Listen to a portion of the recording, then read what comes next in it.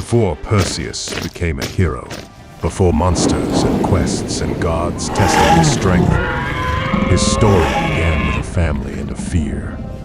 Acrisius was the king of Argos, a powerful city in ancient Greece. He was not a cruel man by nature, but he was obsessed with one thing: staying alive and keeping his throne.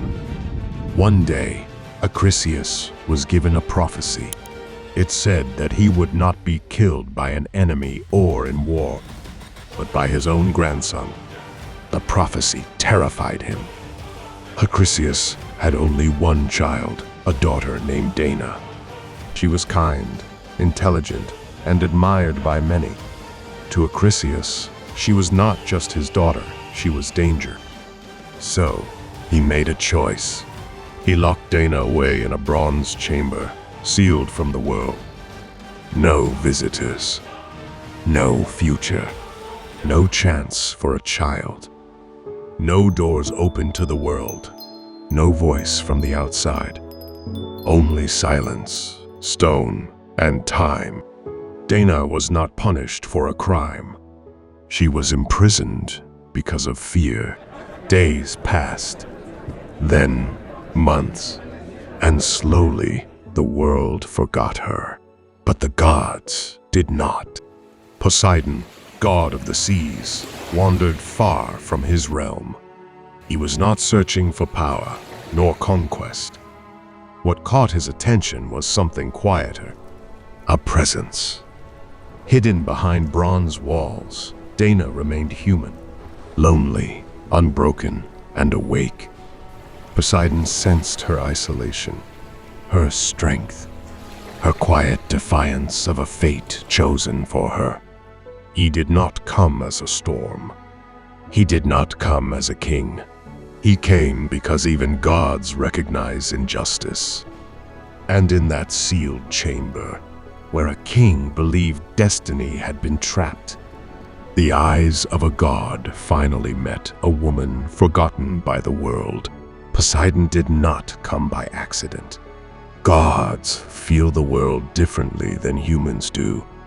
They sense fear. They sense injustice. And sometimes they sense a story that is not meant to end quietly. The sea god felt something wrong in Argos. A life hidden, a fate forced into silence. Danaë was not calling for help. She was not praying, but her isolation echoed louder than words.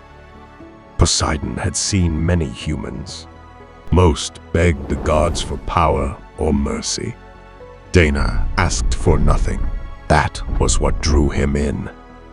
A woman locked away, not because she was weak, but because someone feared what she might become. Poseidon wanted to see her with his own eyes.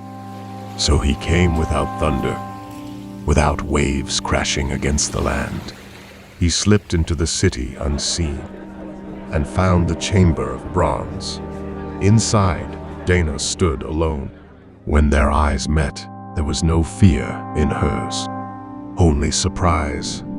She did not know who he was, only that someone had finally come. And in that moment, Poseidon understood something even gods forget. Some fates are not meant to be buried. In earlier parts, we already told the full story of Poseidon, the god of the seas, his power and his nature. This is where his path crosses with Danaë. Poseidon did not arrive by chance. He knew about the prophecy. He knew about the king who locked his own daughter away to escape fate. He came to see Danaë for himself. He found her alone, trapped and punished for a future she had not chosen. Poseidon spoke to her, listened to her story. This was not an act of violence, not a moment taken by force. It was a choice made by both of them, and that choice would echo across the world. From that night, Danaë became pregnant, and the child growing inside her would one day shake gods and kings alike. His name was Perseus, Poseidon had been watching Danaë and her child, making sure the prophecy could not unfold too early. But gods cannot stay in the mortal world forever. A call from the depths of the sea pulled him away, a disturbance in his kingdom that required his full attention. For the first time in months, Danaë and her unborn child were alone. King Acrisius noticed immediately. He saw the god's absence as a rare chance. If Poseidon were present, nothing he did would succeed. But now, the god was gone. Without delay, Acrisius acted. He placed Danaë and her child into a simple wooden chest. No gods, no weapons, no blood spilled. Just a chest and the vast open sea. Acrisius believed the ocean would take care of them, or end their lives. Either way, the prophecy might be stopped. He pushed the chest into the waves. Danaë held her child tight, unaware if Poseidon would ever return, or if the sea would become their final resting place. The wooden chest floated endlessly on the waves. Storms came and went, but somehow it remained afloat. Inside, Danaë held her child, Perseus, feeling the rhythm of the sea and the pulse of fate. The world outside was harsh, but the gods had not completely abandoned them. A gentle current guided the chest toward the shores of Seriphos, an island far from Acrisius's reach. Fishermen found them at dawn.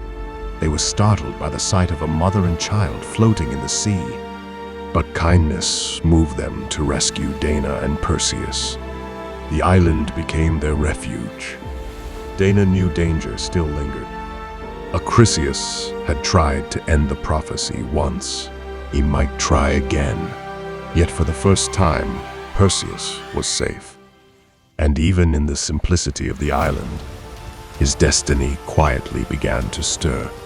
This child, born from gods and mortals, would one day face monsters, kings, and even gods themselves. Years passed on the quiet island of Seriphos. Perseus grew strong and clever, learning from the fishermen and the gentle rhythm of island life. He was brave, curious, and unlike any ordinary boy. He could handle a sword almost as easily as he could a fishing net. He listened to stories of gods and monsters, and something inside him stirred, a sense that he was meant for more than a simple life. Danaë watched her son with pride and worry. She knew the prophecy was still alive, and that one day Perseus would leave the safety of the island.